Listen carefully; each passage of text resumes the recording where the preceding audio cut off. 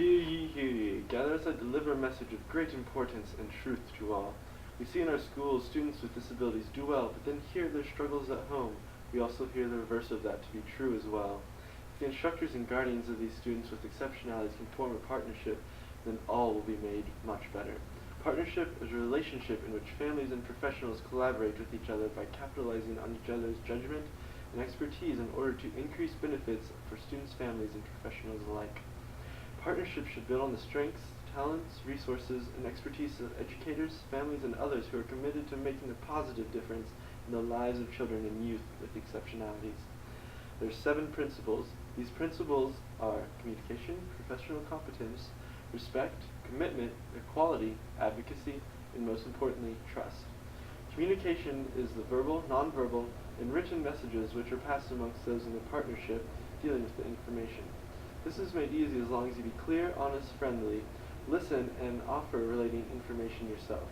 For professionals, the more information about current supports and progress given, the more families are appreciative.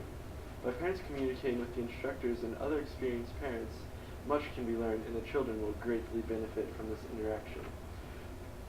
Professional competence is simply that you must be well qualified to be in the professional role you are assigned. As an instructor, you must provide quality teaching and foster a continuation of learning amongst the students. Having high goals is a good way to keep going. For respect, we all know what it means to respect one another, but in this situation it is perhaps at its most highest level of importance. Both the educators and parents need to be respectful of ideas and views which are held by those involved. Cultural differences must also be viewed in some way or another, and the parents are worthy of being treated with the utmost regard. If it is challenging to understand why the parents are fighting so hard or working for their cause, simply try to imagine yourself in their position and you will gain more understanding. Commitment is showing a certain level of loyalty towards the partners you have. Though challenging, due to the fact that these parent-professional relationships are often seen as necessary only until the student is done with the class, commitment is very valuable because it assures the parents that work is getting done and you are interested in helping their child out and want to see them succeed. Especially for students with disabilities, parents often feel they are fighting the school, but you can prove you are committed to helping them and their child, and they will be much more willing to work with you. Equality. Here it is vital to remember that both sides of the relationship have equal chances and ability to affect the decisions which are made.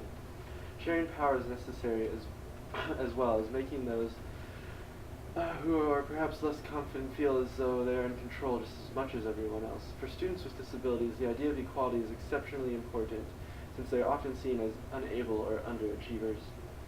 By making them feel just as equal and powerful as everyone else, there will be much better results. Advocacy is the need to speak out and take action in order to have an effect on personal, organizational, social levels and create awareness for the change in your cause. The best idea to be gained from this is always to seek the win-win situation.